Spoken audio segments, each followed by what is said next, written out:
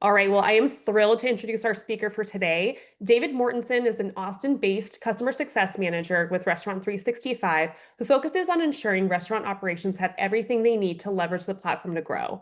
David came to R365 after more than a decade of back-of house leadership and chef positions in several Texas restaurants, giving him unprecedented insight into operational and financial best practices.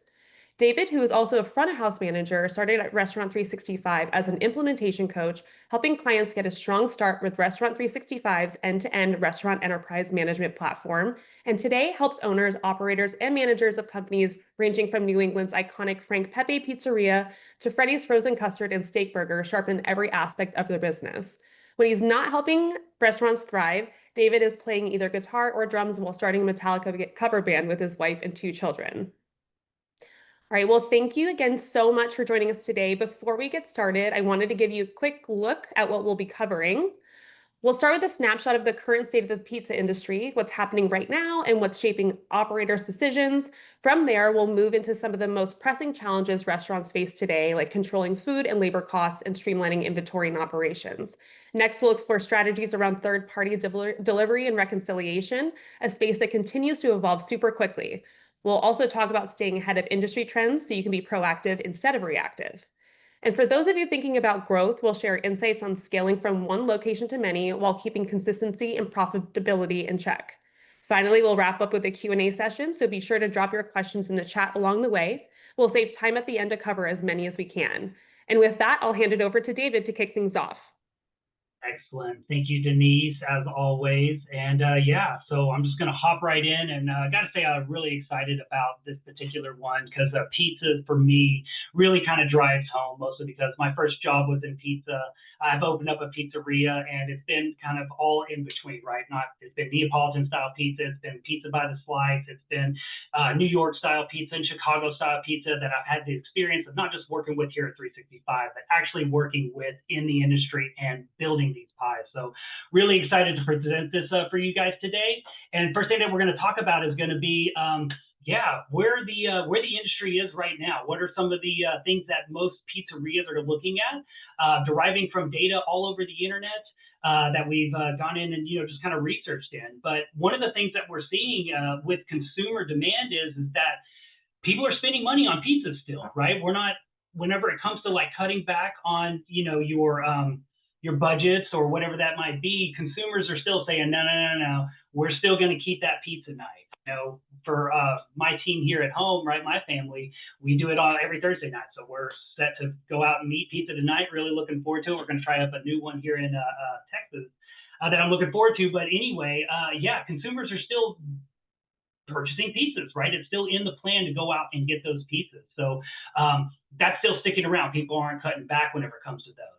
And then as far as the industry itself, right, those profit margins and what it is that pizzerias are looking at, things are really tightening up, right? Especially with things like rising food costs, the increase in wages that we're going to have to give out to our employees, along with a whole array of other things like how we get the pizzas to the customers. And then any kind of like trends that are happening inside of the industry, right? All things that pizzerias are looking at specifically. And again, these are things that, are challenging pizzerias. And so I'm hoping that today that we can go through a few of these things and hopefully clear some of these up, or at least give you guys an action plan. My whole goal today is to talk about how pizzerias are going to do these, or suggestions that pizzerias should possibly put into place while using real examples of pizzerias. But I'm going to use Restaurant 365 as that catalyst, right? As the reports that we're using. But these should all be processes, not just for Restaurant 365 employees, but really any pizzerias out there. If you follow these, these suggestions that I'm going to give out, find similar reports that I'm going to go in and start running. If you put your focus on these things, you're going to be more successful, especially whenever it comes to those profit margins, right? So as far as the most challenging pieces in with our bottom line is the two biggest buckets, right? And they're going to be the first two that I'm going to tackle as far as the things that we're going to talk about today, but that's food cost and that's labor cost. And this is taking up anywhere between 50 to 75% of all of your costs are going to just those two things, right?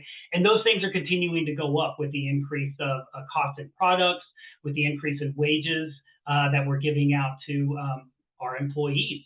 So what are some ways that we can combat those, right? So how can we catch these food cost issues? How can we catch these labor cost issues? And then what can we do to possibly rectify those and improve our bottom line, which just is a fancy term of saying make more money, right? More profits. So a couple of things that I'm going to walk us through, right? We're going to catch some vendor errors. How can you find those? What can you do to look at, and what benefits do we get out of those? And then your inventory process. I think this is really key when it comes to operationally sound restaurants or pizzerias in this case. Like, you got to have tight inventories, and I'll explain the whys here in a minute. And then what can we do for labor costs, right? How can we manage that better? Now, for one, we can forecast a little bit better, and then using that forecast to then schedule, right? So hopping into those, the first thing that I want to talk about first is going to be the food cost, because I see this impacting the most, right? So what are some things that we can do to help the food cost? And well, for me, it's the whole food cost equation, right? We're talking about our inventories, which is our beginning and ending balances, if we're talking about the cost of goods equation, right? But specifically, right smack in the middle of those two is the purchases, right? So we are starting with our beginning inventory, throwing in our purchases, then our ending inventory, and that gives us our cost of goods, right? How much did it cost you to make this amount of revenue? And then we throw in inventory in that because, again, we're trying to make that more accurate. So rather than just throwing my purchases on my P&L and saying, this is how much I spent to make this revenue, now we're getting to the nitty gritty. We're saying, this is how much of the products that we used, because we didn't use everything that we purchased, and we had lingering inventory on the shelves before we started this revenue game, right? So doing inventory and then reconciling your purchases are a real big step in controlling those food costs. Now, the first thing that I want to talk about are those orders, right? So what are some things that we can do to kind of lock that down? Well, for one, I would say control what it is that your managers are ordering, right? Don't just give them open reign to order whatever they want to from PFG or Cisco or whoever you're ordering your stuff from, right? We need to tighten that stuff down. We need to lock it down to where they can't order the substitute Nutella that came through the other week, or they can't accidentally order that other item that came through from that other vendor, right? So by going in and locking that down, you control which SKUs that the managers are ordering. And then therefore, that's going to really break down into that, cost of goods equation there, right? If you control the ordering, then you can control that middle piece. And then the usage is then going to go out from your staff to figure out what's going on there. But one of the reports that 365 has that we can utilize to this is this PO-to-Invoice reconciliation report, and PO stands for purchase orders, right? So what we have the ability to do is, if you're ordering out of 365, then you're going to invoice out of 365 as well. We have the ability to compare those two together. And this is one of the reports that we use to do that. And this is going to tell me any discrepancies that happened between what was ordered and what was sent. And as you can see here, right, we have the white coconut that seems to be consistently shorted. If you look at that quantity variance area over here on the reconciliation report, we can see that the white coconut is consistently, like, I'm ordering 3, but you only send 2. And then here I ordered 5, but you didn't send any. So this is great information for me to know as the operator, because, hey, now I need to figure out where I can go get white coconut from. But I also need to get with the vendor and say, hey, what's going on with this supply? Do we need to start shopping for different products, right? And you would have never known that without looking at a report like this and seeing that. But another thing this is going to tell you, and I think that this is just as important as, am I shorted an item, but also, what's the cost increase or decrease look like, right? I mean, you can see on here, like, these guys are increasing our costs pretty hefty quite often. I mean, that's a pretty big jump, right? From $69 to $82, which is a $13 increase. Those are things that I need to know about.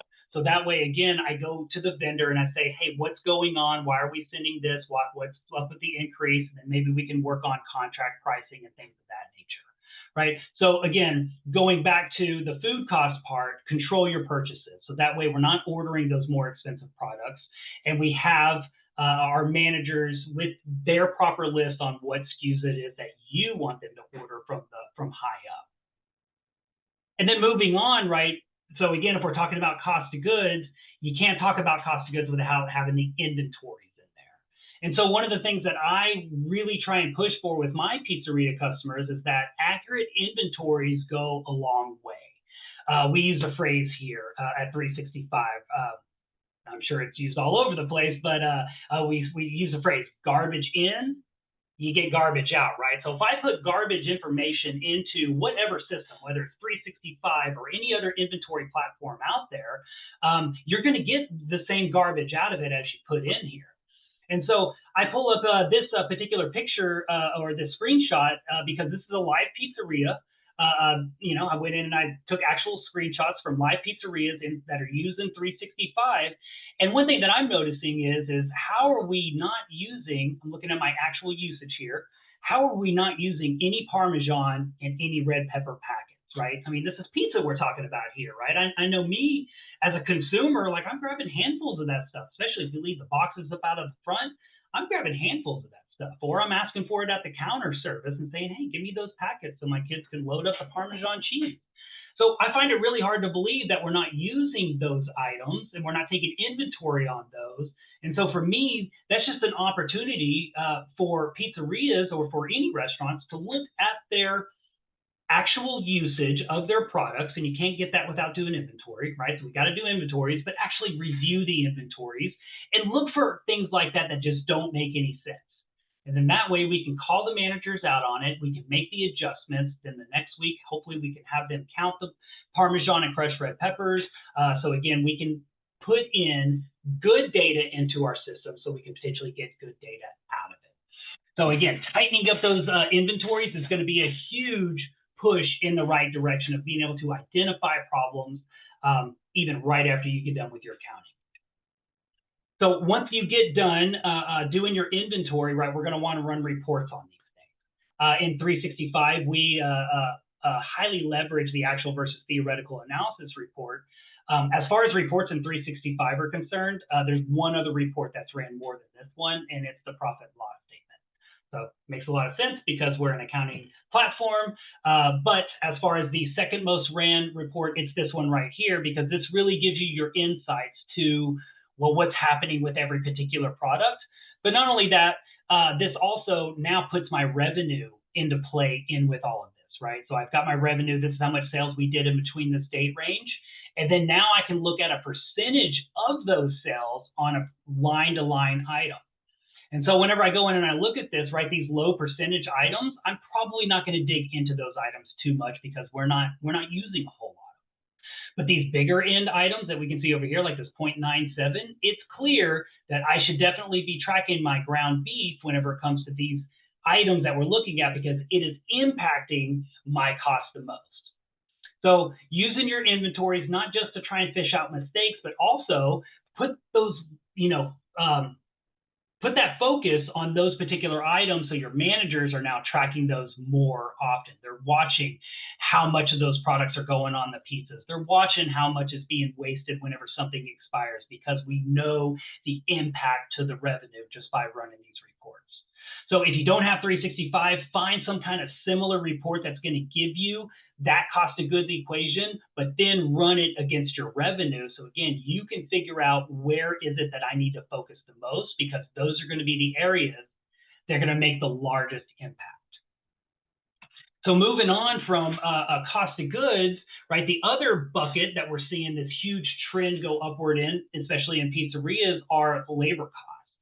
So what tools can we use? What can we do to potentially mitigate these labor costs or help us better manage it? And one of the things that I always shoot for is accurate forecasting, right?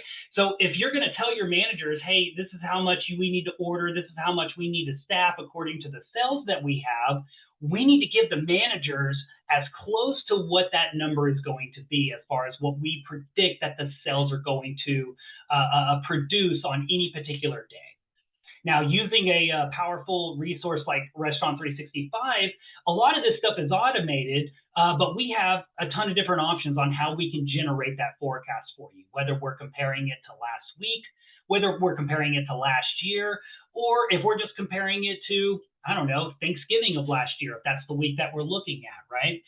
So trying to find some kind of forecasting system that's going to utilize those different metrics, right? What's important to us? Is it the sales last year versus this year? And that's how we want to manage, that's how we want to predict our costs, or I'm sorry, our revenue? Or do we maybe just want to look at trends this year, not really worry about last year? Yes, everyone's goal is to increase our costs or our revenue by 10% or 5% or whatever those numbers are, but maybe it's more realistic to look at this year and to see what's happening now. Or utilizing other tools under these different forecasting modules. But one thing that Restaurant365 does is we allow you to track these particular events, because those can be really important, especially to pizzerias, especially this time of year, because tonight we've got my Cowboys playing the Philadelphia Eagles, right? That's probably going to make or break your pizzeria, right? Either you're going to be all the way to the walls busy, or maybe it's not going to affect it that much. But you need to know when those games are, especially if you're in Philadelphia, or especially if you're here in Texas, that, hey man, your revenue is going to get knocked up pretty heavily because we're expecting this huge hit because it's the first Cowboy game of the year and people are excited to see them, right? So try and find those, because those can be great internal communication tools that, hey, we have something going on this day that's eventually going to do something like what these guys said was, it's going to increase our revenue by $1,500 just because, in this particular example, it's LA Monroe versus Alabama. I'm not sure who it is, but right, they're predicting that it's going to happen this Saturday, so they're ramping up for it. So again, I would recommend that you guys do that as well, but it's accurate forecasting is how we can get our managers really close to saying, hey, this is what you need to budget inside of. And then moving on from there, now that we have a good forecast in place, the next thing you need to do is you need to generate a good schedule that revolves around that forecasted number. Again, it's not going to be the most accurate thing in the world, and we'll talk about how to follow up on that forecast here in a second. But really the things that we're focusing on here is that revenue that we're predicting and how we're going to schedule inside of all of that, right? So looking at what these guys have done here, looks like they're using a percentage of sales, right? So if we look at our Friday up here, we think that we're going to do, right, $3,200 in sales. And then we've gone in and we have scheduled to that. It looks like that they're giving themselves a goal of about 30% of that revenue that we're going to allot only to labor. And so that's what this team is doing in here, but there's other ways that you can get to this. A percentage of sales, I think, is the most common that I see, but you could also schedule to sales per labor hour if that's a way that you wanted to go in and do it. Or if you really wanted to get in and, kind of, I use the term micromanage, right? But micromanage your managers outside of the restaurant, but kind of give them that set piece of, hey, if you hit this many dollars this hour, this is how many, Fernayos, this is how many pizziolas, this is how many expediters that you need, or service counter people, whatever that number is. But then you can use a fully integrated labor matrix like these guys have set up right here, to where, I mean, you can see that they're shorting themselves. So maybe that, hey, maybe we can increase the amount of people that we have on the floor, right? Make that customer experience better so we can drive more revenue through the front door from there by driving people through great experiences, right? So that's what I would suggest for them, or maybe we can lower those margins on what we're going in and doing. But forecasting isn't enough, but running your schedule against that forecast is going to get you more clear results, at least as far as who you should schedule and when they should be scheduled. Now, jumping into that, right, I'm a huge advocate for never just letting something sit, right? Yes, I go in and I predict what I think the revenue is going to be through a forecast, but I need to follow up on that. I need to make sure that the tools that I'm giving my managers are at least close, right? They don't need to be 100% accurate, because obviously we can't predict that school bus full of high school kids or whatever leading up to their track meet, but what we can predict, we want to try our best. And so one of the things that I would recommend that you guys go in and do is follow up on those forecasts. And a couple of ways that we can do that here in 365, we have a way that we can compare that that forecast to your actuals. And this is a great example that we can see here broken down per hour. So bonus points if you can find a forecasting tool that'll break it down per hour so you can do this type of analysis. But it looks like we've nailed it on most of these, right? We've actually under predicted what we thought we were going to do. So I'm going to take that into mind, right? It seems like we're a little bit busier. What happened that day? Was there a football game that we didn't know about? Was there an event next door? Did that school bus full of kids come through, right? What happened? Why is the revenue a little bit higher? Ask those questions. And then also, if we're trying to tighten up those margins, we'll talk to your managers about a couple of these things. Hey, man, how did that 7 o'clock hour feel? Or I'm actually looking at that 8 o'clock hour, right? Because we predicted we were going to do $463, but we did $1,700. So how was that hour? Did you feel like you were running around like a chicken with their head cut off, right? Panicking the whole time?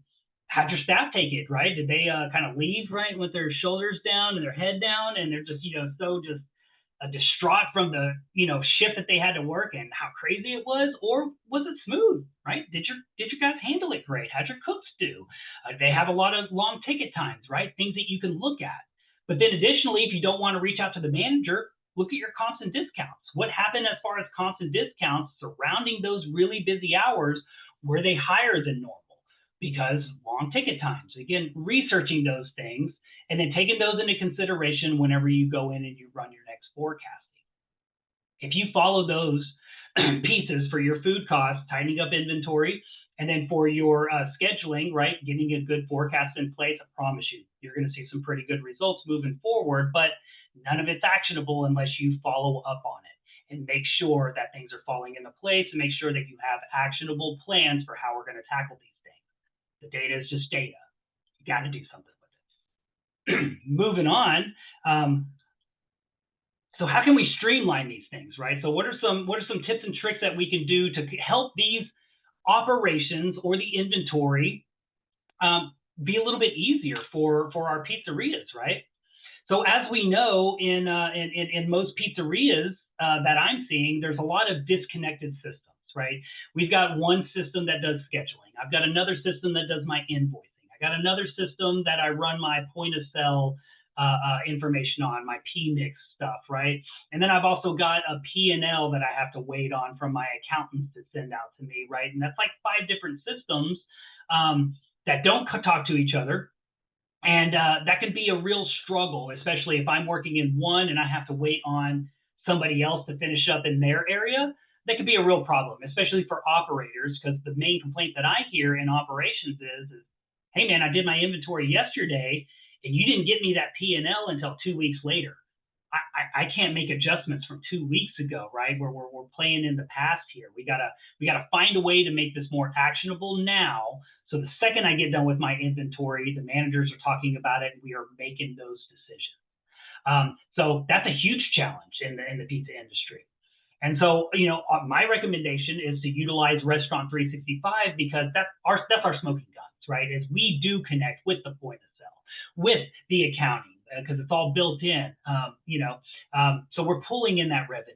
So therefore, as long as you're keeping up with your DSSs, hey, that revenue portion of your P&L is built in, it's done, it's approved, it's posted to the GL, and it took nothing to do that other than maintaining a database. Same thing with your purchases, right? 365 integrates with vendors, and we pull in those invoices automatically. So therefore, that's your purchases column. So now the only thing that you guys have to do is give me that beginning balance and that ending balance inventories. Everything else is already there and ready to go to get a true cost of goods set and ready to go, right?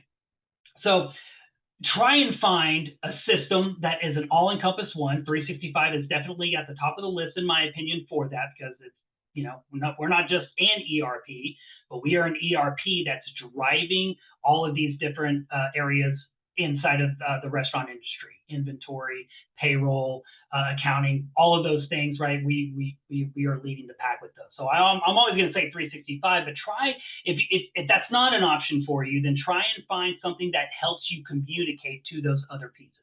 By trying to find an integration with your accounting platform, by trying to find a way to get those vendors to shoot those invoices into your ERP or your backend systems or whatever that might be. Or, Here's a little thing. AI is becoming more prevalent in our day-to-day lives. So maybe find a way to use AI's OCR capabilities to code those invoices for you to then load those into your financial system or whatever it might be.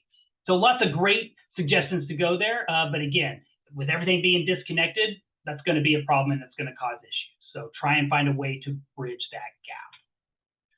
Now, moving on, right, another huge component to all of this, and I think this is particularly a problem with pizzerias, is third-party reconciliations, right?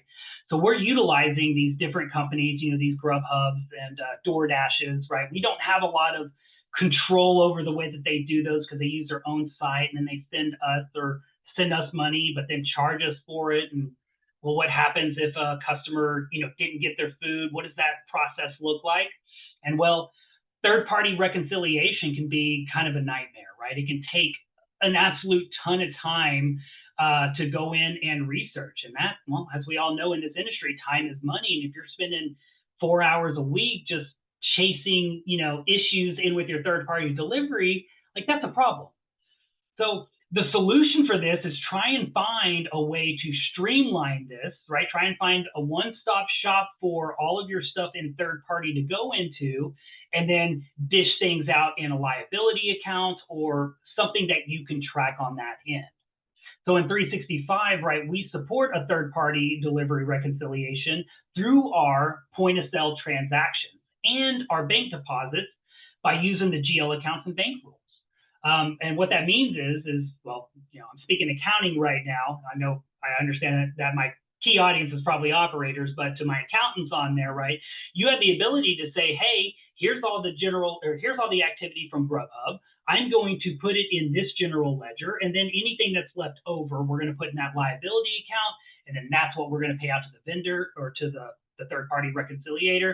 And if that's ever wrong, then we at least know where to look, right? We at least know that it's somewhere in here in this liability account, so we can go in and we can research that. Gives you a leg up.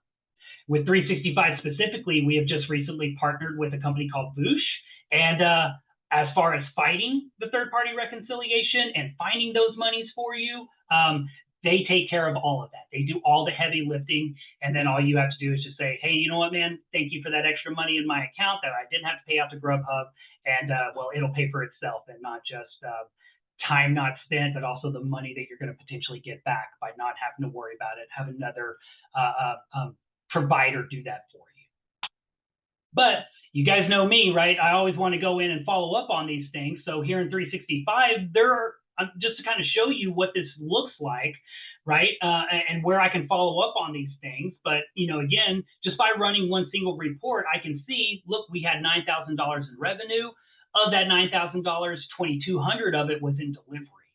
And then I can look at that next bottom section and I can say, okay, of those deliveries, which ones were Chow Now, which one were Uber Eats, and which ones were DoorDash. Again, this is a live pizzeria in 365, and this is the visibility that they have.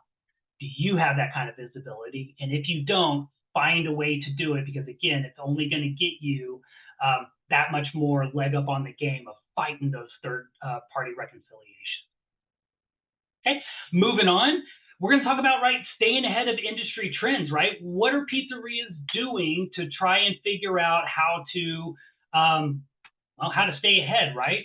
So one of the things that I'm seeing inside of pizzerias, and we're going to show some examples of this here in a minute, but menu engineering, so we can maximize profitability, maximize what it is that we're going to push as far as my specials or my server contests or whatever that is. But also inside of that, right, key things inside of those menu engineering is what are the customers spending their money on, but also what are their expectations? Because there may be some things that, hey, even though we're losing money on this, we may still want to keep it on the menu because it only makes sense for us to keep it on the menu. One of the examples is like the veggie burger, right? Mom's not going to go if her veggie burger is not there, so we're going to keep that veggie burger on the menu. So maybe like that with pizza, but we'll get into what that looks like here in a minute as far as making that decision on should we keep an item around, should we not? So yeah, I'm going to hop into one of my favorite reports that 365 has. This is called the menu item analysis, and this is breaking down everything that I just talked about as far as trying to stay ahead of those trends. Well, these are the reports that pizzerias are running in 365 to get ahead of those. Kind of break this down because there's a lot of really great information on here, but we have the price right here. This is what you are charging the customer. Then you have the cost through attaching recipes in 365 to these pizzas. That's going to determine, right, how much it costs you to make this. And so because we know the price and because we know the cost, how much it costs you and how much you're charging them, we know how much profits you're making on this.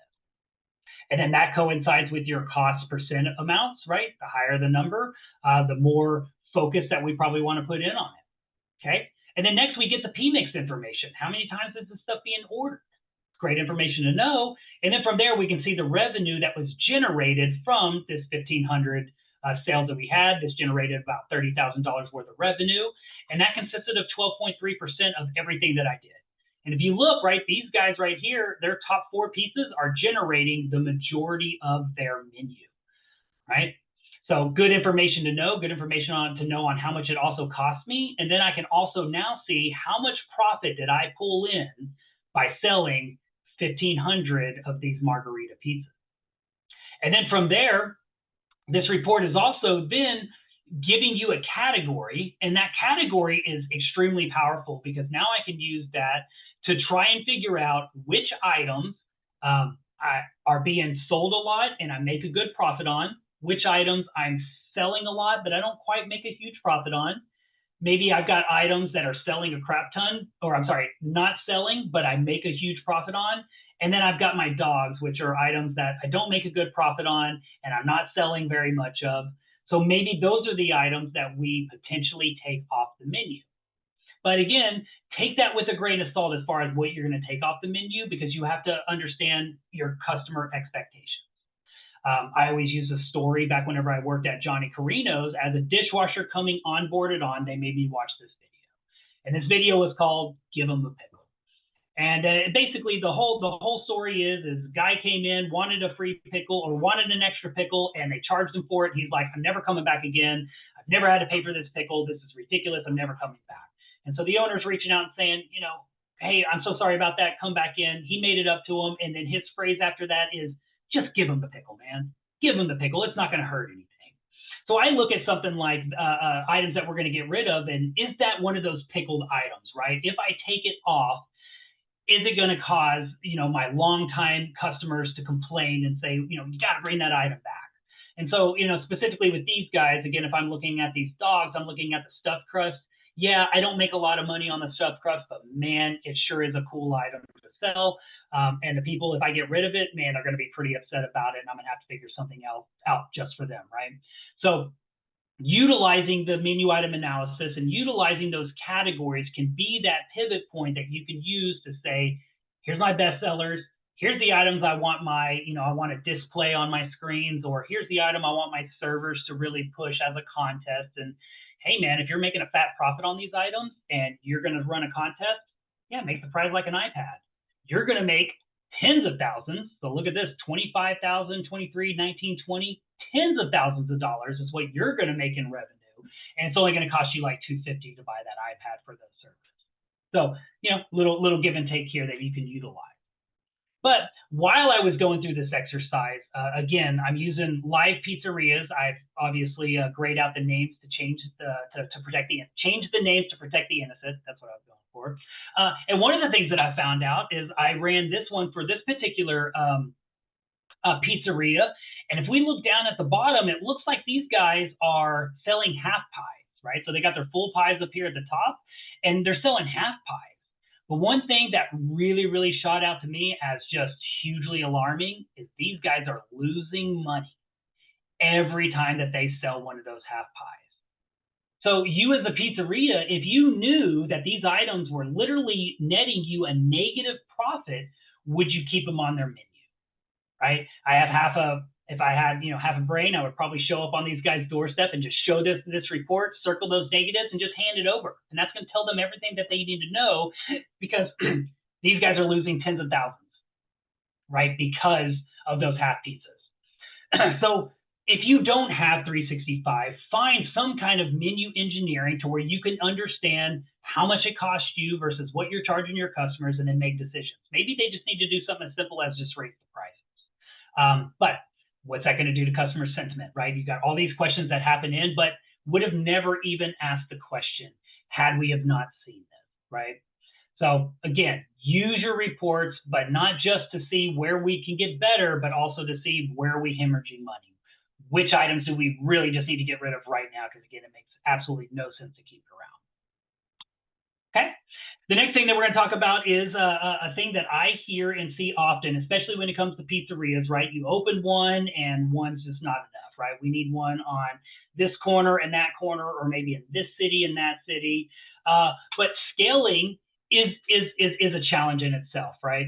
It's hard enough to just open up a restaurant or just open up a pizzeria, right? Because we got to do things like install the pizza ovens. And if you're a fire burning, now you got to get fire marshals involved and soot cleaners and all these things that go in. So my advice here, right, is yeah, make sure that your tech stacks communicate to each other. Because think about it. If you're having this much trouble producing a P&L right after your inventory for just one location, imagine what that's going to be like for 5, right? It's going to be an absolute nightmare. So therefore, finding the tech stack or improving your tech stack to find ways to get them to communicate to each other is just going to streamline that process and make it easier, right? Same thing with your invoices. Right? If you find a way to streamline it, we all do it in one area, so we know we're all ordering the same products and we have that consistency across all of our different locations. That's going to give you a nice, good little bow that you can put on that package and then call it a day with your invoice. It's really nice to have it all in one area. And again, utilize your tools that you have available to you. Obviously, I'm pushing 365, but there are other options like OCRs and things like that that you can utilize in your own time. And then lastly, you got to run reports, guys. But not just run the reports, but we need actionable data from those. Yes, it's good to know that we didn't quite hit our forecast, but what are we going to do about it? How are we going to make adjustments to that next time? What are we going to do with that next week? And again, continuing to ask those questions to your managers and just doing everything that you can to just streamline the processes in the one so you can continue to scale that up as you open up more and more throughout the future. And hopefully all pizzerias are doing that because I love to see and hear growth. So with that being said, we've got a poll, and I'm going to hit that over to Denise. If you want to go ahead and hit that up. Yeah, let's go ahead and do it. And then we'll go ahead and go into our Q&A just after this. So here is the poll. Do you want to see a quick demo of how Restaurant365 can help your pizza brand grow and save money? So we'll leave this up for a little bit. Seeing some answers roll in.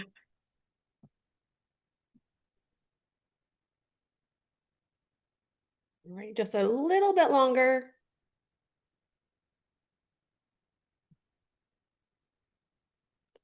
All right. Thank you all so much. All right, let's go ahead and jump into our Q&A. We have quite a few questions for you. David, are you ready? Yeah, fire away. Let's go. All right, so on the PO-to-Invoice reconciliation report, if the U of M is different between the PO and invoice, does the calculation take that into consideration? For example, if we order 20-pound case but receive 4 5-pound cases, is there a translation between the 2 different pack sizes? Yeah, so it will tell you that it's going to tell you that it's being sent in this way, but in 365 specifically, you are the one that's programming those SKUs. So if you're programming that SKU for one of them to be a 20-pound and another one to be 4 or 5 pounds, that's on you for your initial setup. I would just recommend that you keep that nice, clean, and consistent across your ways. That we only have one way to say that 20-pound case. But if in the event that if they do split it up, then yes, that PO to invoice reconciliation will point that out. But it'll show it as a different line, as in you didn't get that SKU, but you got another SKU, and then you can compare the 2 together from there. Great question. Perfect. Okay, next question. Do the units of measure need to be the same on the inventory units of measure and reporting units of measure and different than purchasing units of measure? In my opinion, no. I think that purchasing units of measure need to follow the invoice, right? So therefore, if I'm running a report on how did we purchase this item, that's the purchasing unit of measure. The inventory and the reporting unit of measure, up to you on how you want to diagnose those. What's important to know about them is that the inventory unit of measure is what drives the actual versus theoretical, and the reporting unit of measure drives all other reporting. The way that I always recommend to do it is to make the reporting unit of measure equal the lowest way that your management team is going to count that item, right? So for flour, I'm never going to ask them to count it by the pound unless we have half bags of flour sitting all around the restaurant. We're going to do it in full bags of flour. Or pepperoni will be that one sleeve, right? I'm not going to ask them to count individual pepperonis, but the sleeve that it comes in, yeah, I'm going to ask you to count that. So make those units of measure for them. So therefore, whenever you're reviewing this stuff inside of reports or whatever, it's scalable, right? Yes, it's important that I know how much a case of Bud Light costs, but really as an operator, I'm thinking how much that individual bottle costs and what does that impact with the 13 that I sold, rather than having to do that math or see decimals inside of those reports, right? I like to kind of keep it as easy to read as possible. And that's how I'd recommend to set up those 3 units of measure. Okay.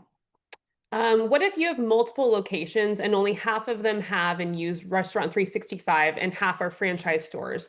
Are they able to use R365 for inventory purposes as a franchise owner? Yes. So I've got a couple of different ways that I've seen franchisors and franchisees go about this. You can have your own Restaurant 365 database, and then you can utilize the franchisors to help you build it, right, with the recipes and the ingredients and all those other pieces.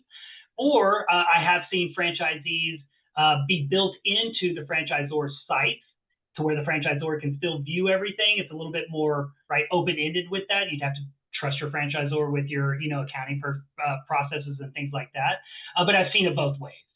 So either or would work, but really the main thing is just make sure those lines of communication are open and that we are communicating the fact that we're changing those SKUs or we're switching the item or we're no longer using that or whatever it might be, right? Just as long as those line of communications are open, that should be solid. But yes, you can absolutely do it in your own or somebody else.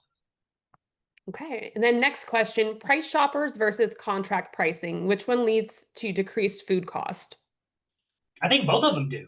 Contract pricing is more or less for me to keep my vendors in check, right? Because if I'm going to go to my vendor and I'm going to say, hey, this is the price, lock it in. You can set that up in 365, and then it's going to let you know whenever you're violated, or you could run a specific report to see that. So I would say use contract pricing to, again, hold the vendor accountable. And then, hey, if they violated X many times, run that contract violation report, and then slap that on their desk and say, this is why I'm going to, US Foods or Cisco Performance or whatever. For the other flip side of that, if you're just looking at controlling costs and controlling your cost of goods, we understand as operators that prices are going to go up and down. That's just the nature of the business, the nature of seasons. That's just how it is. But if you want to understand that impact and see when it's going to impact you, then I would utilize item categories and those percentages of those item categories to then populate on your invoice. So therefore, every time you populate on an invoice, you can say, hey, for every produce item, right, if it increases or decreases in cost by 15%, I want to know about it. And you can set that for all produce items across the way. Any produce item that exceeds that cost, it's going to highlight it burnt orange on that invoice, and you're going to know instantly. You just highlight over it, and it's going to tell you, hey, it was this much, it's now this much. And then from there, you can run other purchasing reports like the receiving by purchase item or item price change analysis report in 365 to really drive those numbers home to find out what were those impacts to my cost of goods, what were those impacts to my revenue, and how do they affect them. But if you're just trying to find them whenever they first come in, the invoice and those item categories is going to be the best for you, in my opinion. All right. And next question is a smaller menu more profitable? I don't think so. I think it's easier to manage, right? But then you're giving your customers less choice and you're giving less people that's going to potentially walk through that front door. So is it easier to manage? Absolutely. Me as a manager, I'm only counting 15 items rather than 115 items. Absolutely, it's much easier to manage, but is it more profitable? No, I don't think so, because you're limiting yourself. Now, if you're like a wiener schnitzel and all you sell is corn dogs or hot dogs and chili dogs, then yeah, that makes perfect sense. But I think in pizza, especially in the times that we live in now, whenever you're offering things like pineapple and chicken and barbecue on pizzas, you got to keep up with the demand if you're going to be, if you're going to compete against the other pizzerias because they're offering all this stuff.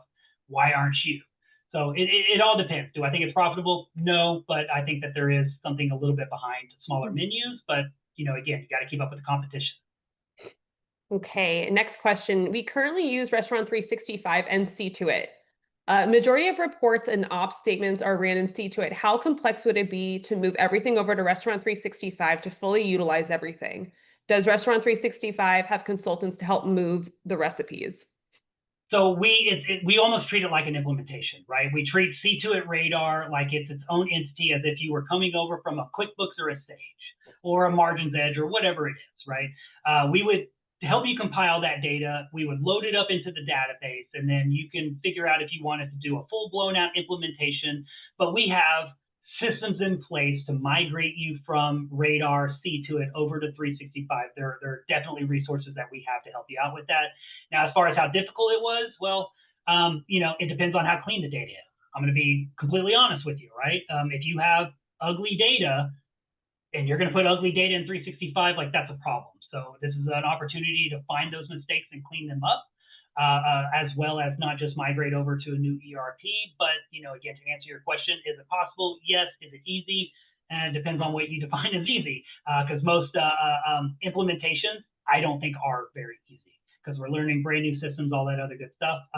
But yes, there's definitely some stuff that we can work with on even that. Okay, well, that's actually the end of our Q&A. Good questions, everybody. David, do you want to go ahead and advance the deck forward? Yeah, absolutely. That's Q&A, sorry. That's okay. All right. Thank you again, David, for sharing your time and insights with us today. For those interested in hearing more from industry leaders like you heard from today, I wanted to highlight our restaurant transformation tour.